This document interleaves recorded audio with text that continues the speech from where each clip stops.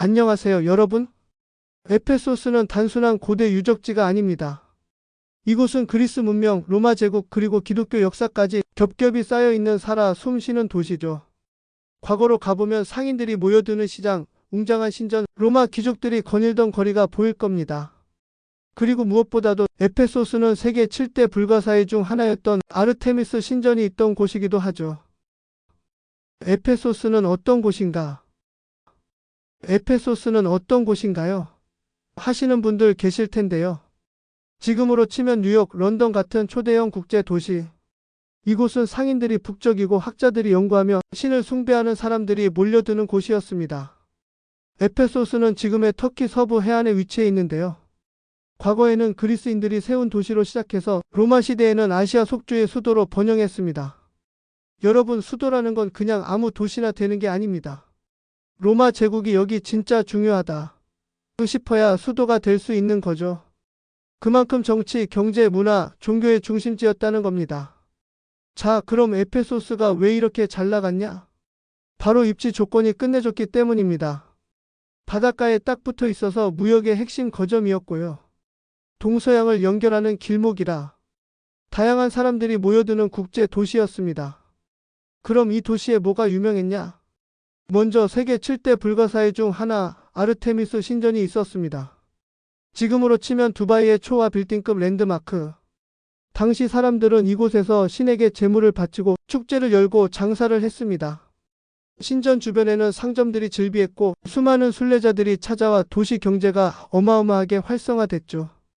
또 하나, 로마 시대의 최고급 시설이 즐비했던 곳이기도 합니다. 셀수스 도서관, 대극장, 공중 목욕탕, 체육관까지 그냥 이 시대 최고급 도시라고 보시면 됩니다. 그런데 말입니다. 에페소스는 기독교 역사에서도 중요한 도시입니다. 바로 사도 바울이 이곳에서 전도하며 신약 성경 에베소서의 배경이 되었거든요. 예수님의 어머니 마리아가 마지막 생을 보낸 곳이라는 전설도 있습니다. 결론적으로 에페소스는 정치, 경제, 종교, 문화 뭐 하나 빠지는 게 없는 도시였습니다. 하지만 시간이 지나며 무역로가 바뀌고 침략을 받으며 쇠퇴하게 되죠. 지금은 웅장한 유적만이 남아 우리가 그 화려했던 역사를 상상할 수 있게 해줍니다. 신화에서 시작된 도시. 도시가 그냥 생기나요? 아무 데나 막 짓나요? 아닙니다. 고대에는 도시 하나 세우려면 신탁이 필요했어요. 자, 그럼 에페소스는 어떻게 시작됐는지 신화 속 이야기로 떠나볼까요? 먼저 주인공 등장. 아테네의 왕자 안드로클로스. 어느 날 그는 델포이 신전에 가서 신탁을 받습니다. 너는 물고기와 멧돼지가 나타나는 곳에서 너희 도시를 건설할 것이다. 이게 무슨 뜻이죠? 왕자는 당황했지만 신의 뜻이니 믿고 새로운 땅을 찾아 떠납니다. 자, 배를 타고 쭉 떠난 안드로클로스. 터키 서부 해안에 도착해서 배고파서 밥을 먹고 있었는데 그 순간 물고기가 펄쩍 뛰어오르더니 불씨가 숲으로 튀고 갑자기 멧돼지가 튀어나오는 겁니다. 이거다. 왕자는 신탁이 가리킨 장소가 바로 여기라는 걸 깨닫고 이곳에 도시를 세우기로 합니다. 하지만 문제는 주변에 카리아인 레렐레스족 같은 원주민들이 이미 살고 있었다는 것. 야, 여기 우리 땅인데? 하며 원주민들이 반발하자 왕자는 그리스 군대를 이끌고 전투를 벌이게 됩니다. 그리고 결국 승리. 이렇게 해서 에페소스라는 위대한 도시가 탄생한 것이죠. 여러분, 여기서 끝이 아닙니다. 안드로클로스는 단순한 왕자가 아니었어요. 그는 전쟁 영웅이었고 백성들에게 존경받는 지도자였습니다. 하지만 불행히도 전투 중에 적의 창에 맞아 전사하게 되죠. 이후 사람들은 그를 영웅으로 기리며 에페소스는 더욱 번성해 나가게 됩니다. 어때요? 신탁, 전설, 전쟁까지 에페소스의 기원부터 아주 스펙터클하죠? 하지만 이 도시는 여기서 끝이 아닙니다. 이후 그리스와 로마의 영향을 받으며 엄청난 발전을 이루게 되는데요. 가장 화려했던 순간. 에페소스가 가장 화려했던 순간 바로 로마 시대입니다. 자, 상상해 보세요. 길에는 상인들이 넘쳐나고 원로원 의원들이 당당하게 걸어다니고 웅장한 건물들이 빼곡히 들어선 거대한 도시. 에페소스는 로마 시대에 아시아 속주의 수도로 지정되면서 정치, 경제, 문화, 종교의 중심지가 됩니다. 쉽게 말해 동양과 서양을 잇는 초화 도시. 자, 그럼 로마 시대 에페소스에서 꼭 가봐야 할 명소들은 어디가 있을까요? 첫 번째, 셀수스 도서관입니다. 지금으로 치면 초와 국립도서관. 이곳에는 무려 1만 2천 건의 두루마리가 보관되어 있었고 학자들이 모여 토론하며 지식을 쌓던 곳이었죠. 정면을 보면 기둥이 3층처럼 보이지만 사실은 2층. 로마인들의 건축 기술 정말 놀랍지 않습니까? 두 번째, 아르테미스 신전. 세계 7대 불가사의 중 하나였죠. 엄청난 규모, 화려한 장식, 신비로운 분위기. 당시 순례자들이 이곳을 찾아와 제사를 지내고 축제를 즐기고 돈을 쓰면서 도시 경제를 떠받쳤습니다. 이게 신전이야? 아니면 왕궁이야? 싶을 정도로 웅장한 건물이었지만 기원 후 3세기 게르만족의 침략으로 파괴되고 말았죠. 세 번째, 대극장입니다. 최대 2만 5천 명을 수용할 수 있는 거대한 원형 극장. 여기서 검투사 경기, 연극, 정치 연설이 열렸고 심지어 사도 바울이 이곳에서 설교하기도 했죠. 그런데 문제는 바울이 기독교를 전파하자 기존의 신을 믿던 사람들이 난리를 치면서 폭동이 일어났습니다. 그만큼 에페소스는 종교적으로도 중요한 도시였던 겁니다. 이 외에도 로마식 목욕탕, 대리석도로, 거대한 시장 등 당시 최고급 시설들이 즐비했던 곳 바로 에페소스였습니다. 하지만 이 번영도 영원하진 않았습니다. 항구가 점점 퇴적물로 막히고 무역 중심지가 다른 곳으로 옮겨가면서 도시의 황금기는 서서히 막을 내리게 되죠. 이렇게 로마 시대 에페소스는 세계적인 대도시로 번영했지만 결국 쇠퇴의 길을 걷게 됩니다. 하지만 그 흔적은 여전히 남아있죠. 사도 바울과 요한의 이야기. 에페소스와 기독교의 깊은 연결고리를 풀어보겠습니다. 에페소스는 원래 그리스 로마 신들이 가득한 도시였죠. 그런데 이곳에서 새로운 종교, 기독교가 빠르게 퍼지게 됩니다. 그 중심에 선 인물이 누구냐? 바로 사도 바울과 사도 요한. 먼저 사도 바울.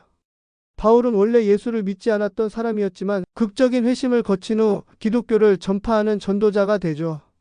그리고 에페소스에 3년 동안 머물면서 복음을 전하기 시작합니다. 그런데 문제가 생겼어요. 에페소스는 아르테미스 신전으로 유명한 곳이었고 이 신전 덕분에 관광 산업과 경제가 활발했는데 바울이 예수의 가르침을 전하자 사람들이 점점 개종하기 시작한 겁니다. 이러다 보니 기존 종교를 믿던 사람들과 충돌이 일어나죠. 그 중에서도 데메트리오라는 세공업자가 등장하는데요. 그는 아르테미스 신전에서 파는 은 장신구를 만들어 팔던 사람이었는데 사람들이 기독교로 개종하면서 장사가 안 되기 시작한 겁니다. 이러다간 신전도 망하고 우리도 망한다. 화가 난 데메트리오는 군중을 선동해서 대극장에서 폭동을 일으킵니다. 위대하다. 에페소스의 아르테미스여. 군중들은 바울을 잡아 죽이려고 난리를 치지만 바울은 간신히 탈출하게 됩니다. 그렇다면 사도 요한은 왜 중요할까요? 요한은 예수님의 제자 중 한 명으로 예수님이 십자가에 달리기 전 내 어머니를 부탁한다며 마리아를 요한에게 맡겼죠. 그래서 요한은 마리아를 모시고 에페소스로 와서 기독교 공동체를 형성하고 가르침을 전파했다고 합니다. 지금도 에페소스 근처에는 마리아의 집이라고 불리는 곳이 있는데 많은 순례자들이 이곳을 찾아 예수님의 어머니가 살았던 곳이라고 믿고 있습니다. 또한 요한은 에페소스에서 요한복음과 요한계시록을 집필한 것으로 전해집니다. 로마 황제가 기독교를 탄압하던 시기 요한은 반모섬으로 유배를 가게 되고 그곳에서 요한계시록을 쓰게 되죠. 결국 에페소스는 초기 기독교 역사에서 매우 중요한 도시가 됩니다.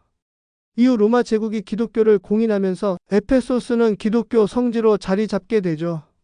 오늘날에도 많은 기독교인들이 이곳을 방문해 사도 바울과 요한의 발자취를 따라가며 신앙을 되새깁니다.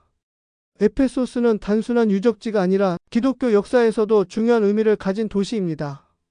신화에서 시작된 도시가 로마의 중심지가 되고 다시 기독교의 중요한 거점이 되는 과정 정말 놀랍지 않나요? 역사가 살아 숨쉬는 도시. 신화에서 시작해 로마 시대의 화려한 도시로 성장하고 기독교 역사에서도 중요한 역할을 했던 이곳. 그야말로 시간이 멈춘 듯한 살아있는 역사책이라고 할 수 있습니다. 그런데 말입니다. 그렇게 번영했던 에페소스가 지금은 왜 유적만 남았을까요? 사실 도시의 쇠퇴는 자연의 힘과 역사의 흐름 때문이었습니다. 에페소스는 원래 바닷가에 있던 거대한 항구 도시였지만 세월이 흐르면서 강물의 퇴적물이 항구를 막기 시작합니다. 배들이 더 이상 드나들 수 없게 되자 무역이 쇠퇴했고 경제도 무너졌죠. 설상가상으로 지진과 외부 세력의 침략까지 겹치면서 도시는 점점 사람들의 기억 속에서 사라져 갔습니다. 한때 로마 제국의 중심지였던 에페소스는 폐허로 남게 되었죠. 이렇게 찬란했던 도시가 한순간에 사라지다니 역사란 참으로 아이러니하지 않습니까? 하지만 여러분, 에페소스는 완전히 잊히지 않았습니다. 오히려 시간이 지나면서 그 가치는 더욱 빛나고 있습니다. 지금도 수많은 관광객과 역사 연구자들이 이곳을 찾아와 로마 시대의 영광과 기독교 역사의 흔적을 직접 눈으로 확인하고 있죠. 셀수스 도서관의 웅장한 인면, 대극장의 거대한 좌석들, 그리고 아르테미스 신전의 마지막 기둥 하나까지 모든 것이 과거의 위대함을 말해줍니다. 에페소스는 한때 세계에서 가장 찬란했던 도시였지만 결국 쇠퇴했습니다. 우리는 한 가지 중요한 사실을 깨닫게 됩니다. 아무리 화려한 도시도 결국은 시간이 흐르면 변하게 마련이다.